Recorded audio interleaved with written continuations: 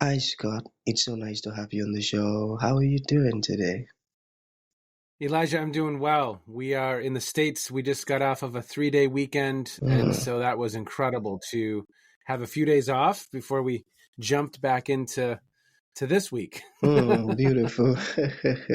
Sounds good. Okay, I am quite excited to have Scott on the show for some reasons. All right, firstly, I believe that in order to transition from a chaotic situation to that of a beautiful one, it takes the application of knowledge, quality information.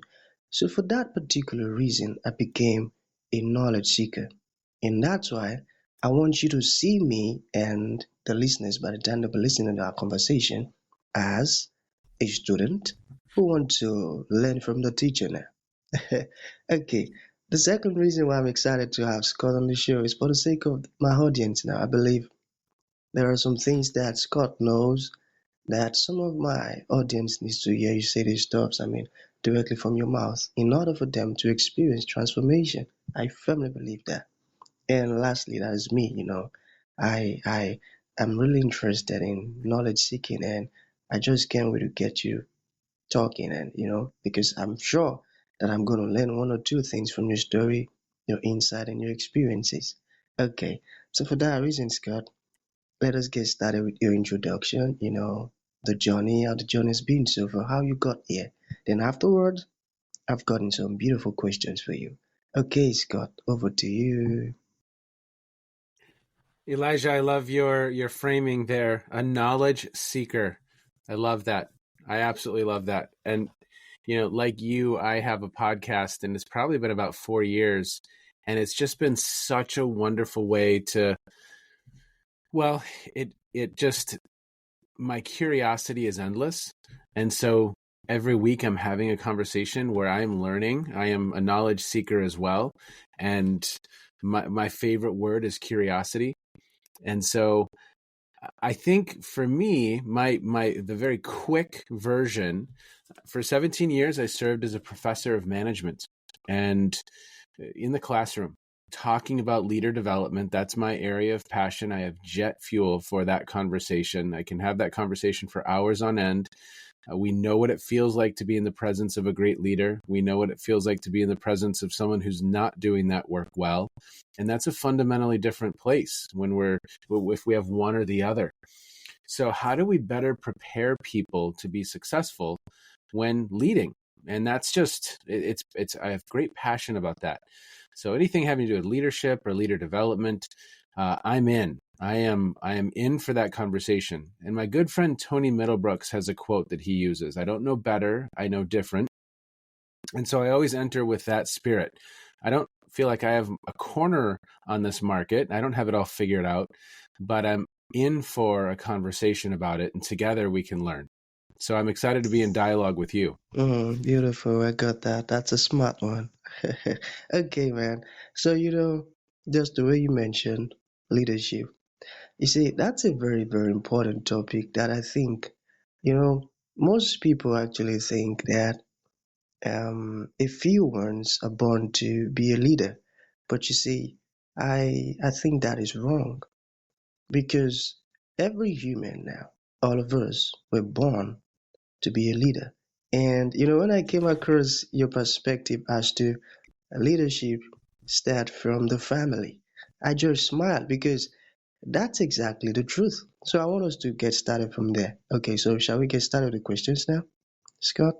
Yeah, please, please. Okay, so I want you to talk to us about leadership begins at home. Many do not understand that the fact that you're a father, you're a mother, you've got kids, or you yet have kids, you are automatically a leader. So I want you to talk more on that first. Great. Okay. There is a gentleman in the literature named Albert Bandura, and he came up with this theory called social learning theory. How we learn, one of the ways we learn is through our environment, what's happening in our environment. And of course, in many ways, our first environment is our immediate family. And so as a parent, I think it's absolutely critical. And what we are modeling, my wife and I have twin girls. They are 14 and our son is 16. And so what are we modeling for them as a couple? Are we modeling healthy boundaries? Are we modeling mature conversation, how to disagree but not be disagreeable? Are we modeling curiosity? Back to your, I am a knowledge seeker. Are we modeling curiosity? And if we think the world is an interesting place that is full of adventure and full of opportunities to learn and better understand, well, then they're more likely to feel that as well.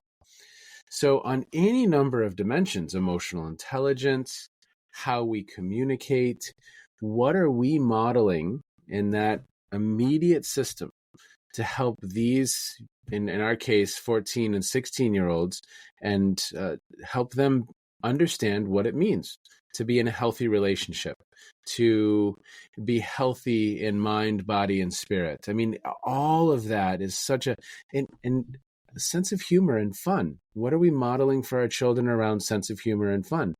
So my wife and I definitely think of parenting as a leadership opportunity, and it's a perfect practice field because leadership is the process of influencing others toward a common vision. That's one way to think about the definition, the process of influencing others toward a common vision. So can we influence our children that school is important, that healthy relationships are important, that manners and gratitude and graciousness are important? We're modeling all of that. So that's how I think about it. That's how I think about it, Elijah. I got that. And that's awesome, It's amazing. And you see, one of the ways that parents can get to influence their kids easily is not just by trying to influence them by words only, but by action. What do I mean? Okay, hey kid, you've got to love people. It is very good to love others. And you see, if the Yes. parents now are portraying or displaying love in the house, I feel like the kids will find it difficult to um, do the same thing. You know, you, Yes. you, you lead not only by your words now, but even by action. I got that. So, Yes. yeah, so, um, okay, we still have some questions here. All right, so this says, how can one get to lead now in complex times? Take, for instance, Mm, a father who, his family is going through terrible things now. How can he maintain that leadership responsibility as the father? Or a CEO who's experiencing some turmoil in the companies that the workers are beginning to fret and all of those things. How can they maintain that leadership spirit in tough times like that? Can you talk to us about that? yes. Yes. And so, Elijah, I want to emphasize something here, that there's a wonderful scholar. His name is Mansour Javidan, Javidan. And he was in charge of a study called the Globe Project. So you could Google Mansour Javidan Globe, and you'll find really, really wonderful resources on how leadership is kind of constructed in different parts of the world. So in Africa or in countries within Africa, it might be constructed very differently than in Taiwan or Singapore. So that's the first thing I say, that there's going to be cultural nuances regardless of kind of where we are or depending where we are in the world. So I say that to begin. There's another article that's wonderful. It's a Harvard Business Review article, and it's written by Dave Snowden and Mary Boone, and it's called A Leader's Framework for Decision Making. And they highlight 4 basic types of problems that leaders address. Simple problems where there's an answer, and there's people just oftentimes their own knowledge will answer it. Complicated problems, which we'll probably have to call an expert, but an answer exists. And then complex problems, and then chaotic. And chaotic is like, it's a war. It's some type of situation. It's an emergency where there kind of normal situations have broken down and we're just trying to get back to order. And that's a special type of leadership. In this complex domain where there isn't a person in the world that we can call and say, hey, how do I influence my son to get an A in mathematics? Can you give me the 3 steps? Or I have these 4 people in front of me. How do I build a high functioning team? What are the 4 steps so that I have the high functioning team? That doesn't exist. And if I'm a leader, as you mentioned, in an organization and some of the employees are unhappy or there's a lack of engagement, well, that's complexity. When a leader is faced with a complex problem, oftentimes it's about running experiments to see if these new interventions can move the needle. One of my favorite quotes is, every system is perfectly designed for the results that it achieves. So here we are, and the system is yielding certain results. And if the current system is yielding low engagement, low retention, or just not the results that we want, then we need to ask the question, how can we get better engagement from our team members in the organization? And then we're experimenting. There's no one we can call in the world to say, what are the 3 steps? And this will go away. It'll be fixed. So we're experimenting. I think one problem at times is that leaders put a lot of pressure on themselves to have all the answers. And when we're dealing with complexity, you can't have all the answers. In that situation, in my mind, one way to think about it is that leaders have the right questions for the team to work. Now, the key word there is the right questions. Is the leader really focusing his or her senior team on the right questions? And then, does that leader have a team where people feel like they can voice their thoughts, voice their perspectives? We can put the problem at the center of the table, kind of have the really, really tough discussion, and then come up with what we think is our best guess as to how to move the needle, not fix or solve, on employee engagement or employee retention or our business strategy.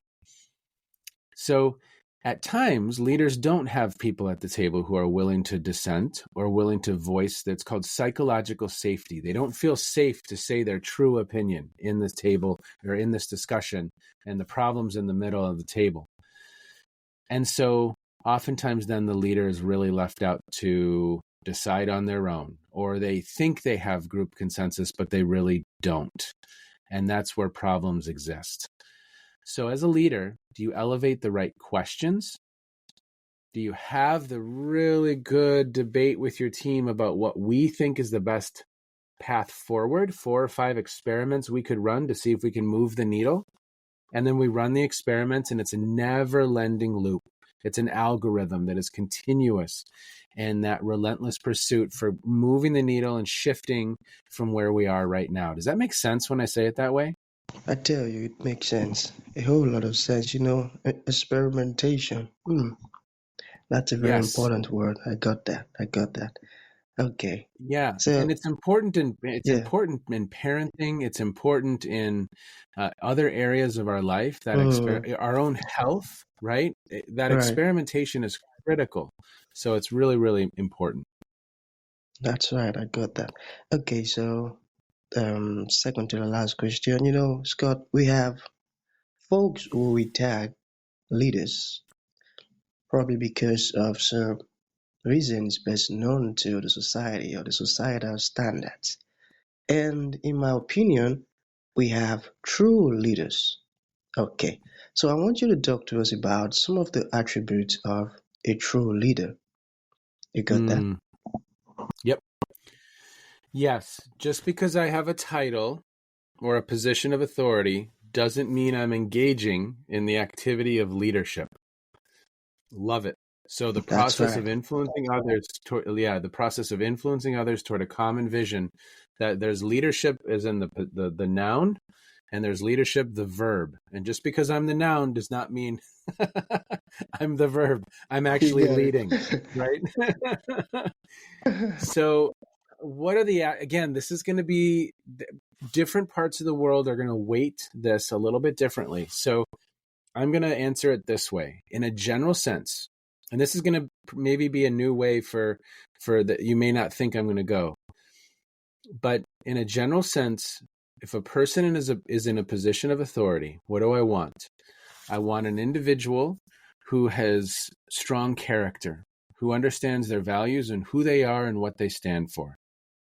I want a person who is mature, This is an individual who is not only thinking about themselves or how they can win or what they get out of it, or territorial, protecting their turf. This is an individual who is working out of a more altruistic space, a more energy of, I want to help us move forward. I want to help whatever it is we're working on become better. And it's not all about me. And then do we have a learner, a knowledge seeker, an individual who is open to not always being correct, open to saying, I don't know the answer. What do you all think? Open to staying in a place of curiosity and learning. So if I have an individual who's strong in their values, who is mature and can handle not always being the center of attention, at times saying, I don't know, and modeling vulnerability. Again, back to the parenting. Am I, as a parent, modeling vulnerability, modeling failure sometimes?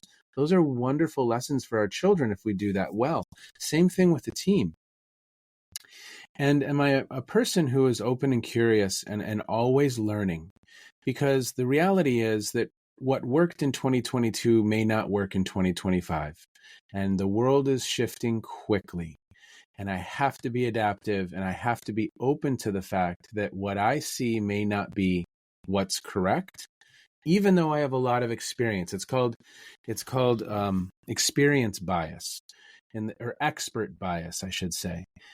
That at times, all of the knowledge we do have can cloud us from things that are literally right in front of us as opportunities, but because of our biases, we struggle to see it. So those are three baseline elements that when I think of what is a great leader, and what I love about this though is that I think that would also be a great parent. Are you mature? Are you learning?